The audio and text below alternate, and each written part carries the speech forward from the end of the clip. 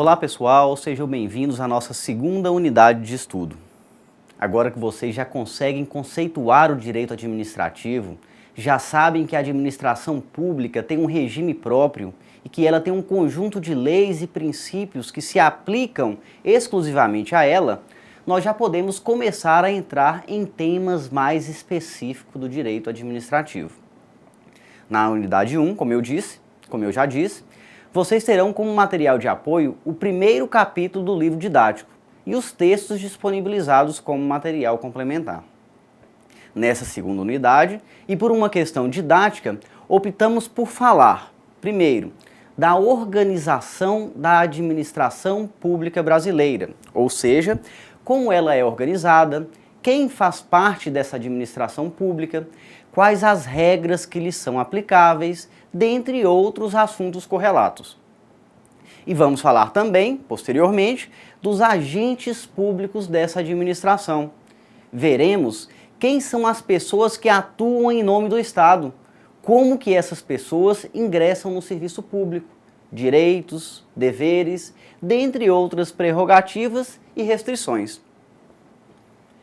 Iniciaremos então falando da organização administrativa.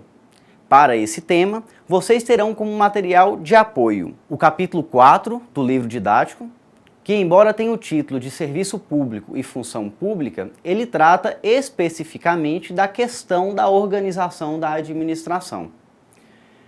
Materiais complementares que porventura sejam disponibilizados na unidade 2 desse curso e vocês ainda devem consultar livros de direito administrativo disponíveis na biblioteca do seu campus. No sumário, a matéria estará destacada como Organização Administrativa. Temos ótimos livros, como por exemplo, as obras de José Afonso da Silva, Celso Antônio Bandeira de Melo, José dos Santos Carvalho Filho, Fernanda Marinella, Alexandre Maza, o saudoso Eli Lopes Meireles, dentre outros. Havendo dúvidas, vocês já sabem, postem no fórum de discussão desta segunda unidade. Pois bem, a partir de agora, organização administrativa. A nossa Constituição Federal, de 1988, ao tratar da organização do nosso país, diz o seguinte, vamos à lousa. Artigo 18 da Constituição Federal. A organização político-administrativa da República Federativa do Brasil compreende a União, os Estados, o Distrito Federal e os municípios, todos autônomos nos termos desta Constituição. O que esse artigo nos diz? Como nós sabemos, ele nos diz que o Brasil, ou melhor, a República Federativa do Brasil, que é o nome completo do nosso país, tem uma estrutura que compreende a União, no âmbito federal, os estados, nos âmbitos, obviamente, estaduais, o Distrito Federal, local onde está localizada a nossa capital federal, Brasília, e os municípios. União, estados, Distrito Federal e municípios. Essa é a organização do nosso país. Cada um desses entes são também conhecidos como entes federativos, ou ainda entes políticos. São expressões sinônimas, entes federativos ou entes políticos. Então, embora seja um tema mais afeto ao direito constitucional em relação ao direito administrativo, se eu perguntar na prova quem são os entes federativos do nosso país, vocês vão responder o quê? É a União, Estados, Distrito Federal e municípios, certo? Vejam que a parte final do artigo 18 da Constituição, que acabamos de ler, nos diz que esses entes federativos, abre aspas, são todos autônomos nos termos dessa Constituição, fecha aspas. Voltem lá no artigo 18, nos slides, que vão estar disponíveis no AVA e deem uma olhada na redação. Essa autonomia, é claro, está regulamentada pela Constituição, em seus artigos 18 e seguintes. Esses artigos vão dispor, por exemplo, qual a competência da União para elaborar determinadas leis, quais assuntos devem ser tratados por lei municipal, por lei estadual ou mesmo federal. Mas, para a gente aqui, o importante é que estes entes federativos são autônomos. E uma das consequências que nós extraímos dessa afirmação é que nós temos administração pública no âmbito federal, da União, estadual e municipal. Temos administração pública em todas essas esferas. E é possível que vocês venham me perguntar, Samerli, e o Distrito Federal? O Distrito Federal é um ente federativo que não é nem um estado e nem um município. Ele é um ente federativo com competência parcialmente tutelada pela União. Esse é o entendimento do Supremo Tribunal Federal.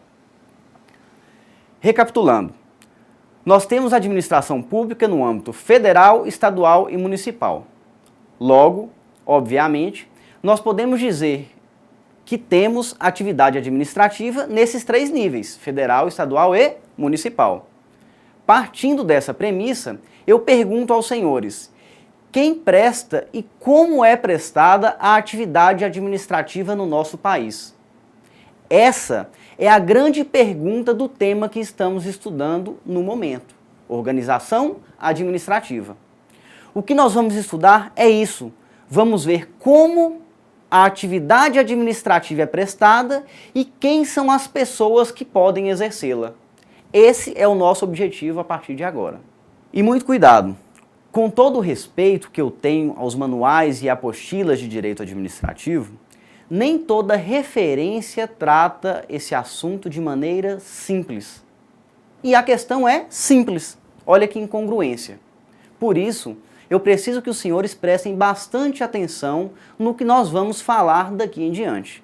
E lembrem-se, embora esse curso seja direcionado para a formação do discente na graduação, direito administrativo é uma matéria que cai em toda e qualquer prova de concurso público. Então, senhores, fica a dica. Essas aulas podem ajudar e muito aqueles que almejam a estabilidade de emprego, financeira, pela aprovação em concursos públicos. Certo? Agora sim, como a atividade administrativa é prestada em nosso país? No Brasil, nós temos um decreto, que é o Decreto-Lei nº 200, de 1967, que diz que a administração pública federal compreende a administração direta e a administração indireta. Vejam vocês mesmos o que diz o decreto. Lousa. Percebam que o slide está um pouco carregado, com muitas informações, mas nesse caso é preciso. Vamos lá. Artigo 4º do decreto. A administração federal compreende, inciso 1, a administração direta, que se constitui dos serviços integrados na estrutura administrativa da Presidência da República e dos ministérios. Inciso 2º, a administração indireta, que compreende as seguintes categorias de entidades, dotadas de personalidade jurídica própria. A linha A, autarquias, a linha B, empresas públicas, C, sociedades de economia mista e D, fundações. Todo o livro de direito administrativo inicia esse assunto, organização administrativa, falando de administração direta e administração indireta. E até aqui tudo bem. O que essas obras nem sempre falam é que essa classificação diz respeito à forma como a atividade administrativa é prestada. Ou seja, se essa atividade é prestada diretamente pelo Estado, e aí estamos falando da administração direta, ou se essa atividade é prestada por outros, que nós vamos estudar quem são. E aí estamos falando da administração indireta. O que se espera, pessoal, é que os próprios entes federativos, União, Estados, Distrito Federal e municípios, desenvolvam a atividade administrativa, que a administração direta, que são os entes federativos, preste atividade administrativa, sem transferir essas atividades a ninguém. Serviços da União serão prestados pela União, dos Estados pelo respectivo Estado e assim por diante. Nesse caso, quanto à atividade administrativa é prestada diretamente pelos entes federativos, dizemos que a prestação é centralizada. O próprio núcleo administração direta presta a atividade administrativa. A atividade administrativa está no centro. Então, se eu colocar na prova a seguinte afirmativa: a administração direta é aquela em que a atividade administrativa é descentralizada. Certo ou errado? Hein? Vocês ainda não estudaram o que é uma prestação descentralizada, mas já sabem que a administração direta presta serviços de forma centralizada. E, portanto, a alternativa está certa? Claro que não, gente. Está errada. Ok? Já estamos encerrando o bloco. Só mais um minuto. O livro didático, na página 68, traz um conceito interessante de administração direta. Vamos juntos até ele. O livro nos diz que a administração direta é o conjunto dos órgãos integrados na estrutura da chefia do Executivo, gabinete do Presidente da República, do governador e do prefeito municipal, e na estrutura dos seus órgãos auxiliares, ministérios, Secretaria de Estado e Secretaria Municipal. Percebam que esse conceito nos fala que quem exerce a administração pública é o chefe do Poder Executivo e os seus respectivos órgãos auxiliares. No âmbito federal, representado pelo Presidente da República e seus ministérios.